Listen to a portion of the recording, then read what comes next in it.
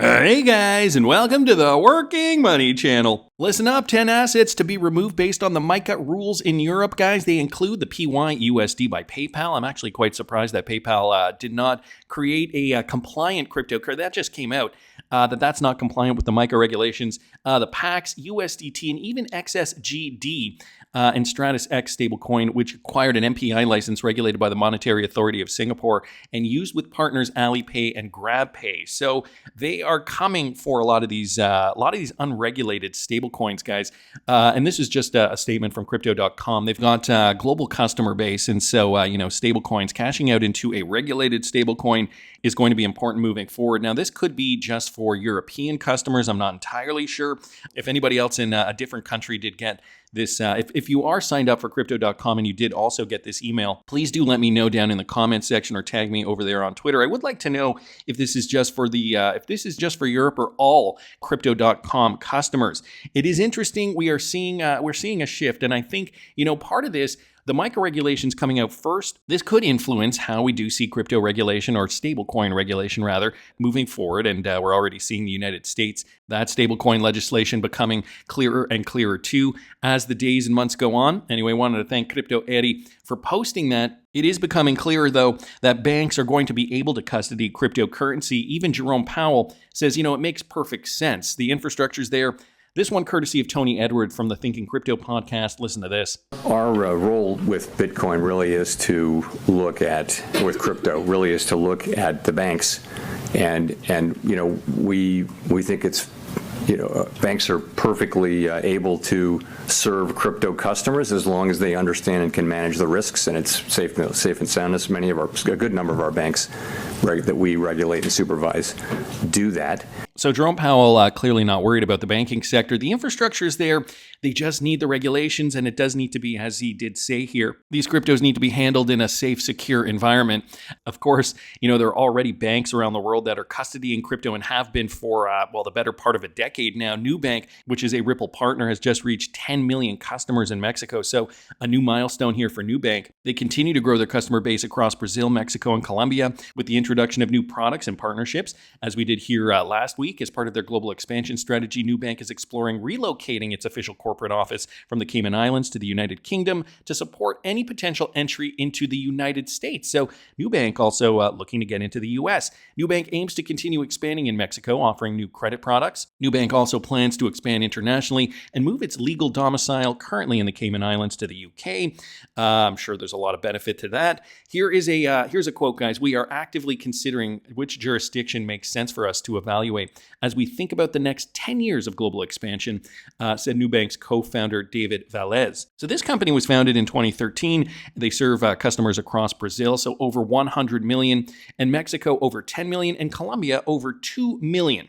The neobank recently surpassed Itaú to become Brazil's third largest bank by customer count. So these guys are a Ripple company, and you can see they are really trying to expand their network, expand their growth to the point where they want to get into multiple countries. I mean, a great business strategy for any burgeoning bank, especially if you're, working with superior technology right out of the gate. These are the banks that decided to modernize earlier and weren't dragging their heels, weren't dragging their feet, weren't sitting on their laurels.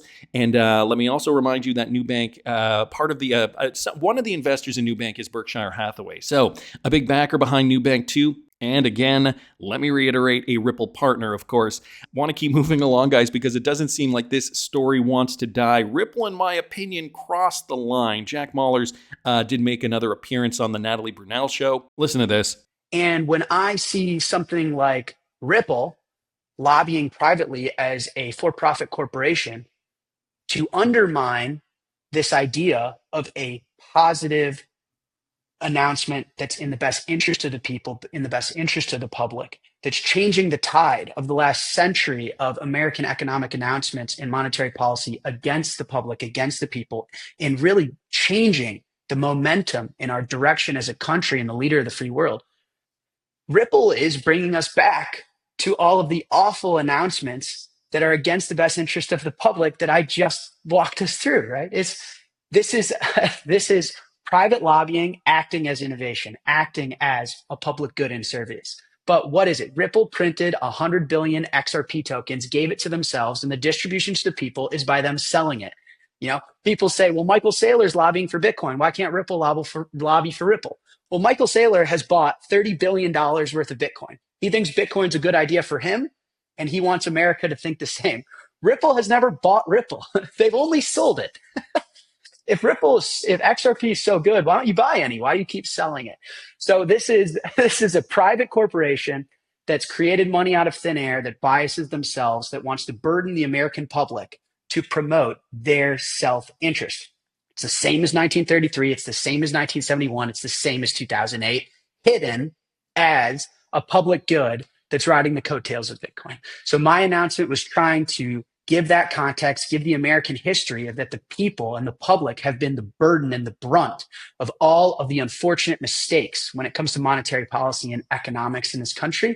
And this is our opportunity through technological innovation, where Bitcoin's a public utility for us. And there's corporate lobbying that's trying to take that away and prioritize their interests. So I don't know if he's so much lying as he is delusional. I mean, at this point, I kind of don't even know where these Bitcoin maxis are stemming their fears from, because I guess there's a part of me that truly believes that maybe they are actually truly, sincerely fearful that Ripple is trying to pull a fast one on us, I guess. I mean, at the end of the day, you got to realize this is the system, dude. You're not going to subvert the system, but maybe in their head, they do think they can. I mean, I don't think it's because of the money. These guys got into Bitcoin so early on that they've got all the money they could probably ever spend. And Bitcoin's going to continue to go up regardless. What is their MO? I really do wonder.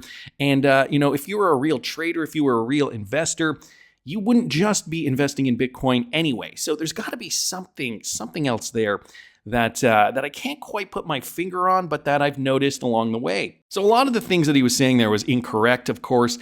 But I mean, it's good to just kind of listen to what these guys are talking about. Ripple going to zero. This one coming from Good Morning Crypto. So some more FUD here. I see a lot of fundamental flaws in XRP in particular. I mean, again, another ridiculous interview. Listen to this. I see the downside less in terms of impacting Bitcoin in particular and more pertaining to other altcoins, specifically Ripple. There's a lot of positive sentiment in the market for Ripple right now, and a lot of excitement around Ripple as potentially a strategic reserve. But I see a lot of fundamental flaws in XRP in particular, and honestly view a strategic reserve backed by Ripple as being the demise of the network itself for a number of reasons. And let's talk a little bit about RXP. You seem to be hot on that issue. Certainly, we have seen a massive surge, to say the least, up by 50+%, I believe, since the start of the year. When you talk about worrisome signs here, why you are a bit concerned, lay that out for us. Mm-hmm. So it really goes back to the fundamental behavior of how Ripple itself operates. XRP, the token, runs on the XRP ledger, a decentralized ledger of sorts, which has largely been scrutinized for being controlled and manipulated by Ripple Labs, an independent organization that I somewhat view as smoke and mirrors. Ripple Labs maintains a lot of influence over XRP, particularly how networks are validated by selecting a node list of validators that process all transactions. And most participants in the network use Ripple Labs' default node list. So what does that really mean? Why does it matter for all of this? I actually view this kind of weakness and fail point in the centralized aspects of Ripple as really being why the government would even consider it to be a key candidate for reserve, because they could actually purvey mass regulatory overreach and influence to ensure that any transactions that occur on the Ripple network itself comply with all U.S. regulations, comply with all nation-state laws. They may ban particular transactions from particular institutions or nodes domiciled in particular geographical regions. And that fragmentation of trust will really lead and ultimately result in a large breakdown of the network itself, potential forks, loss of network value. And then it just kind of begs you to ask the question, what's the point of this decentralized token at all? It's not going to compete with Visa in terms of speed or performance. It's not going to compete with anything that we know from a centralized perspective, but yet it will become a captured network in that respect.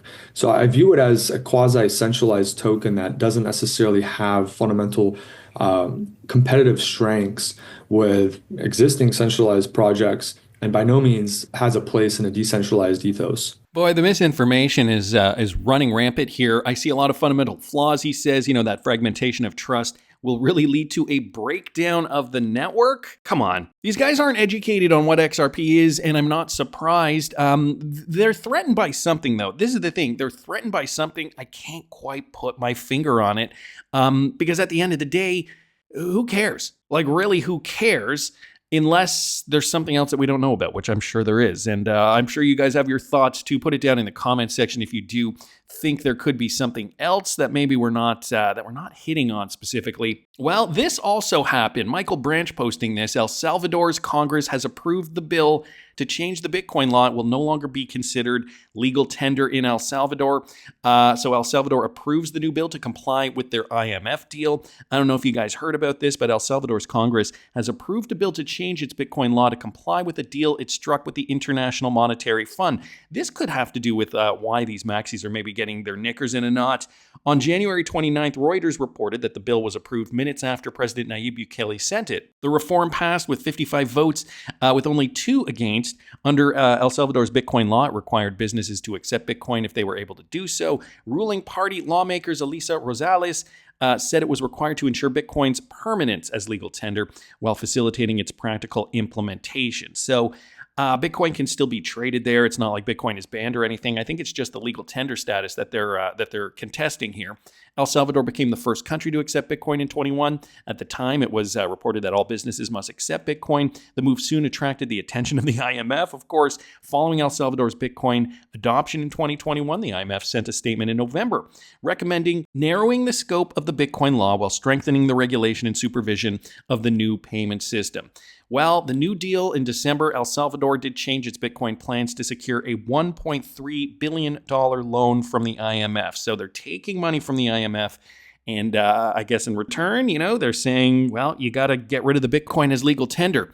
Under the plans, El Salvador would change a legal requirement, making businesses accept Bitcoin as payment, making it optional instead. So businesses can still accept it, but they do not have to.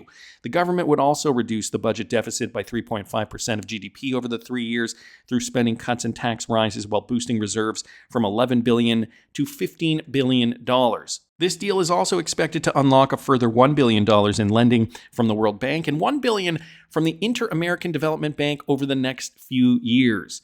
So, Nayib Bukele, is this an about face? What do you guys think about this? We were all thinking maybe he was, the guy to give the middle finger to the IMF. And sure enough, he turns around and accepts money from them and accepts the parameters on what they want from his country. Christine Lagarde also made it very, very clear, says Bitcoin will not enter the reserves. I repeat, will not enter the reserves of any central banks of the General Council, this one courtesy of Subjective Views. On a completely different topic, your Czech counterpart yesterday said that his institution will assess including Bitcoin into foreign currency reserves. And US President Trump has backed the idea of a national strategic Bitcoin reserve. What do you think about such ideas? Is that something the ECB is looking into? Thanks. On this matter that you referred to, and whether reserves of central bank should or could include bitcoins, I think there is a view around the table of the Governing Council, and most likely the General Council as well, that reserves have to be liquid, that reserves have to be secure, that they have to be safe, that they should not be plagued by the suspicion of money laundering or other criminal activities. And as a result, I'm confident that reserves will not enter, that bitcoins will not enter the reserves of any of the central banks of the General Council. I had a good conversation with my colleague from the Czech Republic, and I leave it to him to make whatever announcement he wants to make, but I'm confident that he's convinced, as we all are, of the necessity to have liquid, secure, and safe reserves. So staying very consistent with that message, I wanted to bring up this tweet here from Anders because this is also, pretty big for crypto enthusiasts. If you've followed what Lagarde has said over the years, this should not come as a surprise to you whatsoever. She has highly been consistent with her critique of Bitcoin. On the other hand, one company the ECB and Lagarde have been close with and even praised is Ripple. Just look at the circumstances here, okay? The chair on the BIS, Cross-Border Payments Interoperability and Extension Task Force, is Ulrich Binsil from the ECB. This is the same task force Ripple is part of, but it doesn't end there. Ulrich appeared at Ripple's swell in 2020. Do you guys remember that? Boom goes the dynamite from Ripple's swell 2020. It was the online swell because we were in the middle of the beer flu. Ulrich Binsil, European central banker. So just reminding us of that connection there. Ulrich Binsil also criticized Bitcoin to a great degree on an ECB blog post saying that Bitcoin is costly, slow, and inconvenient. Lagarde, who is also now the head of the ECB, has been no stranger to Ripple. She once praised Ripple and Circle as disruptors at Paris FinTech Forum in 2019. USDC is now the go-to stablecoin for the MiCA compliance regulations. The difference will not be between those who are disrupted and those who survive, but it will be between those who are cannibalized because they are not seeing it coming and they're not embracing it, and those who self-induce that cannibalization. And I'm using cannibalization on purpose because it's a bit of a striking, horrible word. But it's really what it means. It's you're going to disrupt your business model, you're going to change it, you're going to reduce your cost, you're going to expedite your transactions, and you're going to continue to inspire confidence because you will build that on the basis of an existing backbone, which is your bank and the confidence relationship that you've established with your customers. So that's where I see changes happening now. If you think of Circle and Ripples and all those, that's where they are active and helpful. So Circle, Ripple, those are the active, helpful companies that are really going to promote strength and growth in the financial system. She appeared at the famous 9th high-level conference on the international monetary system, when she was the managing director of the IMF, in a room full of central bankers, and Augustin Carson's head of the BIS, where Brad Garlinghouse pitched Ripple's technology to the whole room as the last speaker. Brad started off by thanking Christine Lagarde, among two others, for being included. Pay attention to the details. XRPL also fulfills certain core attributes that are important to the EU's market strategy, such as energy efficient, of course. Have you ever figured out how energy efficient now has risen even more in importance after the war in Ukraine started? This is also a major reason to their dislike of Bitcoin. It uses up a ton of energy. Don't try to argue why Bitcoin mining leads to more efficient allocation of energy production. That argument won't work. This is just scratching the surface, but it should be clear to any thinker that Ripple, along with the XRP ledger, is one of the few companies and assets in the crypto space the ECB would actively work with and support, and not Bitcoin. So it's all making sense, guys. It's when you look at this thing, when you zoom out, and when I've been in this space since 2017. I really didn't become as active as I am today until 2018. But when you zoom out and you remember all those things, oh yeah, do you remember that? Sometimes I have to bring myself back and remember these articles and these these conferences or whatever from 2018, 2019. Those were, some pretty interesting years. And yeah, a lot has changed. But when you zoom out and you look at everything together, it's all looking very positive for Ripple and XRP, on top of which the Department of Homeland Security did put this out back in 2014. So plans within plans have been in the works for a very long time. It is more likely that in the near future, a mechanism like Ripple will be used to access US dollars instead of Bitcoin. Read them and weep, maulers. Many documents from influential organizations exist directly comparing Bitcoin and Ripple, but this one is the most revealing. It confirms that key government agencies recognize Ripple's efficiency for moving US dollars, while Bitcoin remains more of a speculative asset.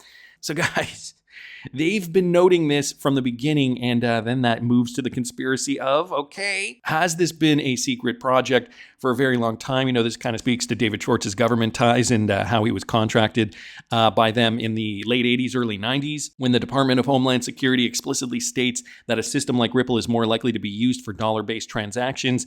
It highlights the fundamental differences in utility, one that Bitcoin maximalists don't want to acknowledge. Institutions have repeatedly documented XRP's advantages over Bitcoin for real-world financial applications, reinforcing its superiority in speed, cost, and scalability. These comparisons aren't just opinions, they are acknowledgments from powerful entities that XRP is better suited for institutional adoption. From December 2014, Risks and Threats of Cryptocurrencies, from Homeland Security, yes, the Department of Homeland Security, where they do state the US dollar is still widely accepted as the world's reserve currency, it is more likely that in the near future, again, this is from 11 years ago, a currency agnostic P2P payment transfer mechanism like Ripple will be used to access US dollars instead of a cryptocurrency like Bitcoin. This is what Homeland Security was mentioning back in 2014. They definitely know something we don't know. You tie all it together, guys, and it makes perfect sense to me. That's just my opinion, and for more information on where I think my utility coins will go, my spec coins, Bitcoin, XRP, all those targets, coming soon. Find all that out at patreon.com/workingmoneychannel for more information. And please subscribe to this channel if you haven't already. Like the video if you like the content I'm providing. I always love hearing your comments. See you in the next one, guys.